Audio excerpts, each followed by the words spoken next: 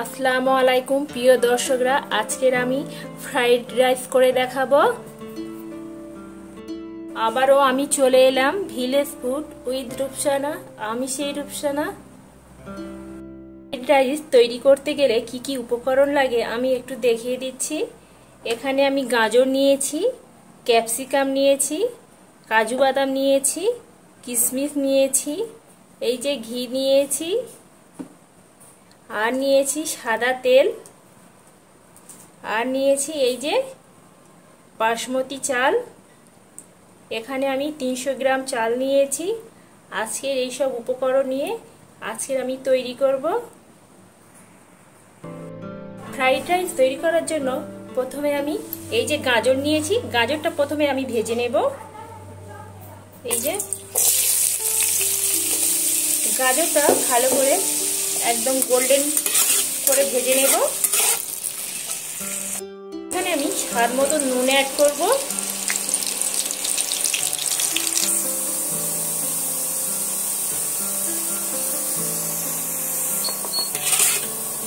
দেখতে পাচ্ছেন এই যে আমার গাজরগুলো প্রায় ভাজা হয়ে এসেছে। এখানে আমার গাজরগুলো ভাজা হয়ে গেছে। এবার আমি একটা প্লেটের মধ্যে উঠিয়ে নেব।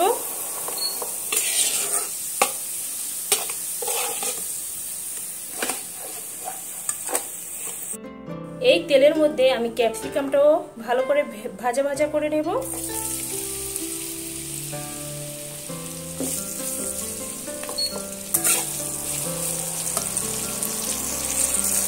স্বাদ মতো নুন অ্যাড করব। দেখতে পাচ্ছেন বন্ধুরা, এই যে ক্যাপসিকামটা আমার কত সুন্দর ভাজা হয়ে গেছে। এই যে এবার আমি একটা প্লেটের মধ্যে ক্যাপসিকামগুলো তুলে নেব।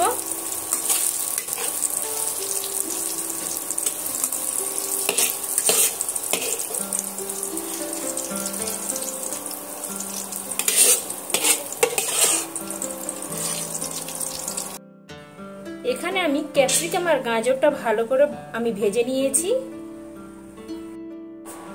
আমি কাজু আর কিশমিশগুলো আগে থেকে ধুয়ে পরিষ্কার করে রেখে দিয়েছি। এই যে দেখা পাচ্ছেন, এই তেলের মধ্যে আমি কাজু আর কিশমিশটা দিয়ে ভালো করে ভাজা করে নেব।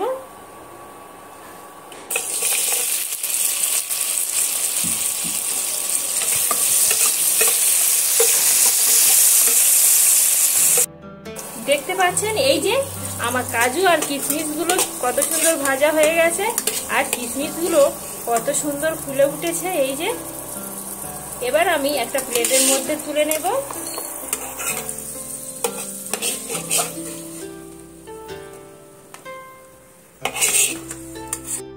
ভাতের জন্য পানিটা আমার ফুটে উঠেছে। এখানে আমি একটা তেজপাতা অ্যাড করে দেব, সেটা আমি মাঝখানতে কেটে নিয়েছি। এখানে আমার এই যে 300 গ্রাম বাসমতি চাল, এবার আমি এর মধ্যে দিয়ে দেব।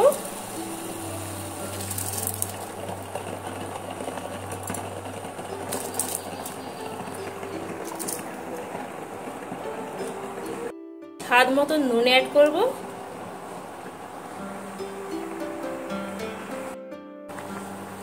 এই যে দেখা পাচ্ছেন এখানে আমার ভাতটা একদম হয়ে গেছে, একদম রেডি হয়ে গেছে। এবার আমি নামিয়ে নেব।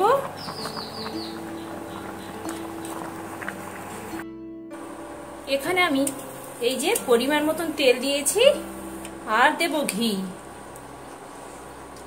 এখানে আমি 3 চামচ ঘি দেব।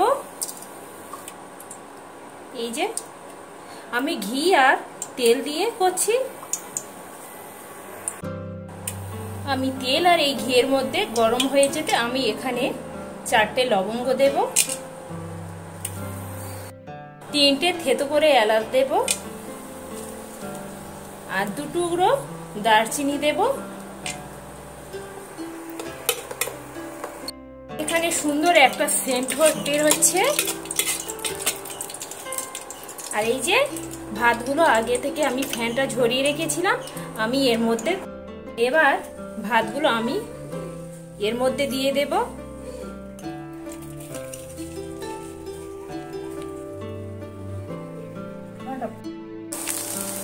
এবার আমি ভেজে রাখা গাজর আর ক্যাপসিকামগুলো আমি ভাতের মধ্যে দিয়ে দেব।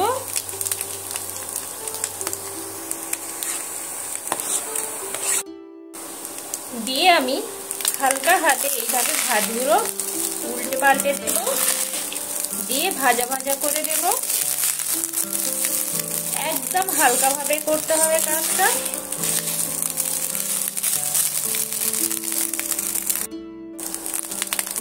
আগে থেকে যে কাজু কিশমিশ গুলো ভেজে রেখেছিলাম আমি এর ভাতের মধ্যে অ্যাড করে দেব।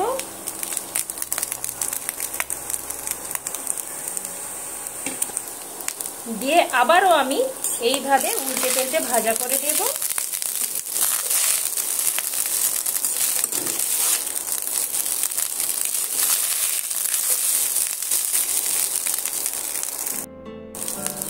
এখানে আমার ফ্রাইড রাইসটা একদম রেডি হয়ে গেছে।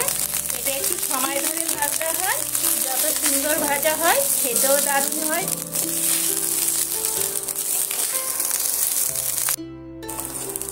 আমার মতন হলেও একবারও বন্ধুরা বাড়িতে ট্রাই করে দেখে, খুবই সুন্দর হয়।